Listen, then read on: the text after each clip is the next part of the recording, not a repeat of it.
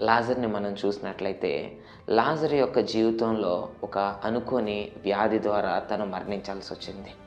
Martha, మరియలు కూడా ఏడుస్తా ఉన్నారు. యేసయ్య సమయంలో అక్కడికొచ్చిన తర్వాత లాజరు మరలా తిరిగి లెగుస్తాడు అన్న మాటను వాళ్ళు వింటున్నప్పుడు, అవును ప్రభా, పునరుద్ధాన దినం మాకు తెలుసు. ఆ రోజు ఆయన లెగుస్తాడని మాట్లాడుతున్నారు. కానీ అక్కడ చూసినట్లయితే లాజరు ఎంతగానో తన కుటుంబ సభ్యులను ప్రేమిస్తున్నప్పటికీ చివరికి లాజరు దేని ద్వారా బంధించబడ్డాడంటే మరణం ద్వారా బంధించబడ్డాడు.